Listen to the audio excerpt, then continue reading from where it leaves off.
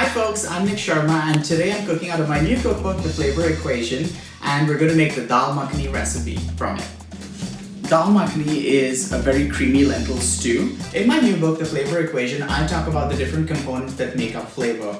We've got a sense of sight, a sense of sound, a sense of smell, which is aroma, taste, as well as the textures of our food or mouthfeel, and our emotions, which all come together in what I call the flavor equation. Today I'm going to make the Dal Makhani from my cookbook, and for this we need urad dal, which is a type of bean which has a black skin. To make the Dal Makhani, you're going to need to soak your urad dal overnight. This helps to soften the beans and also helps with cooking the beans much faster. I've already got a bunch of beans that have been soaking overnight, and you can see that the skin has already broken apart and you can see inside the bean.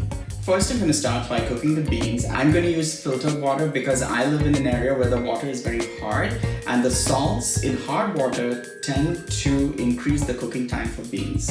Baking soda also helps soften beans really fast because it affects the pectin that's inside the bean and makes it softer and quicker to cook. I'm going to bring the water to a boil and let these beans cook.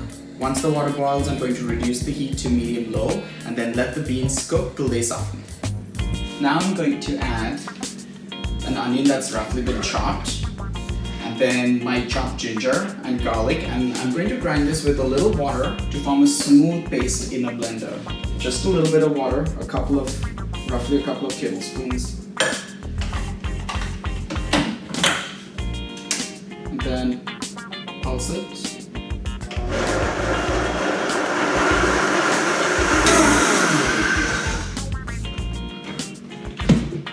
And it should look smooth like this.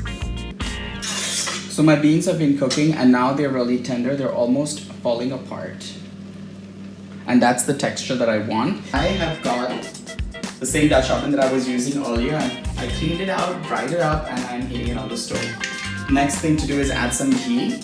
If you don't have ghee on hand, you can also use unsalted butter, or clarified butter is actually better because you get that nutty, fragrant aroma that comes with ghee, that comes from the milk solids being caramelized and undergoing the Maillard reaction while it's heated.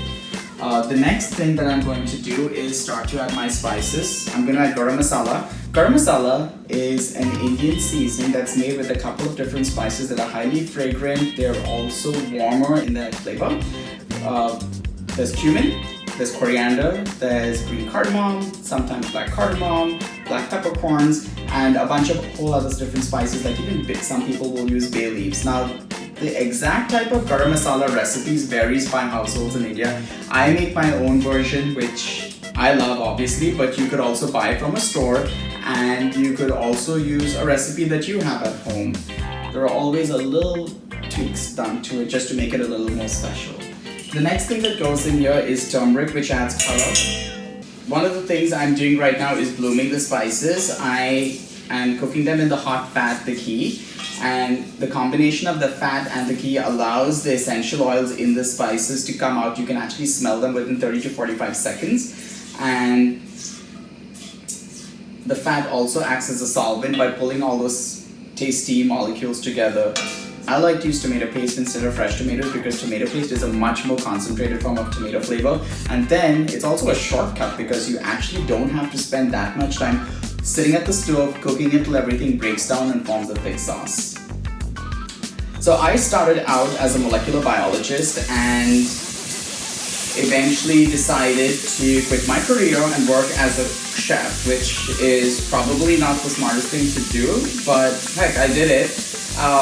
Turned out to be fun. I love the combination of cooking and science because both of them to me feel like experiments.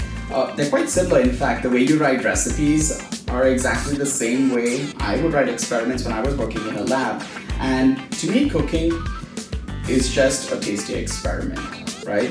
What I'm doing is basically I'm running a bunch of different things, trying to get a certain outcome that appeals to me in terms of taste and texture, and I'm also trying to cook nutritious food. And at the end of the day, it's very similar to being in a lab. Now I'm going to add my ground onion, ginger, garlic mixture.